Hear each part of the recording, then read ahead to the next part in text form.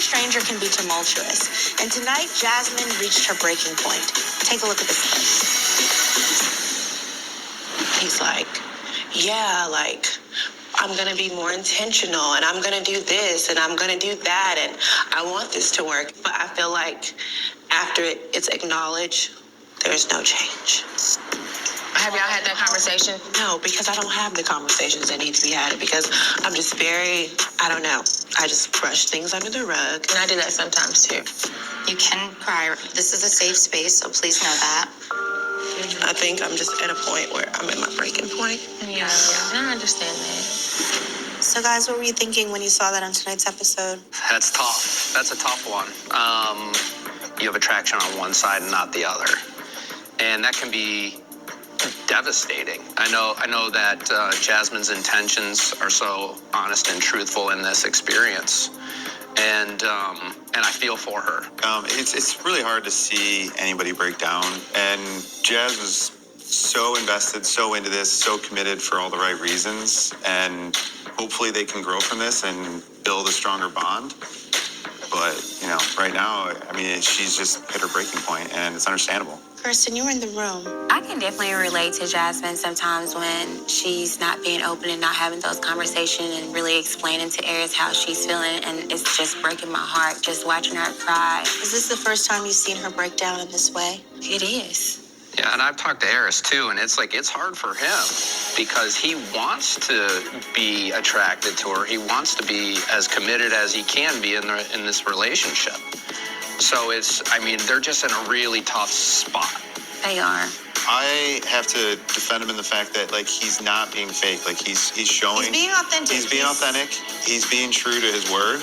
And, you can't fault him for that. I think it would be a much worse situation if he was being fake, acting like he was into her. 100%. Because they would give her so much more hope the other way. So I will say he's being intentional in that way. I do applaud that about Aries, that, he's been very upfront and very honest. Well, on another note, what is great about your marriage? Honestly, just the openness. The most important thing to me is that I can just be myself, and I can do that with Nicole. In past relationships, there's times where you get kind of silenced a little bit. It's they don't like something about you, so you change yourself, and you don't like it. So with Nicole, I don't have that, and that's what's great about it.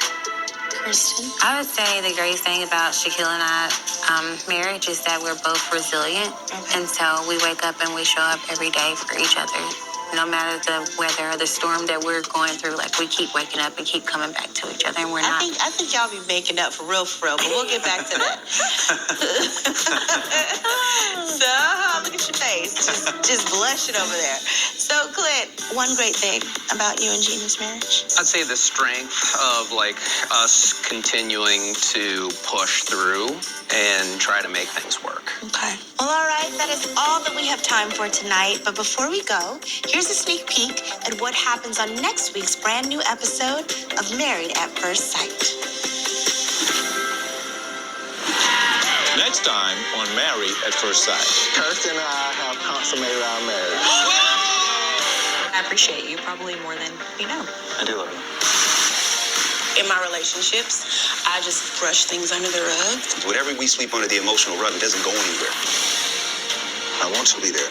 I need you to be there. It's not a want no more, it's a need. If this isn't something you're willing to do, there's the door. I'm over it. I'm done.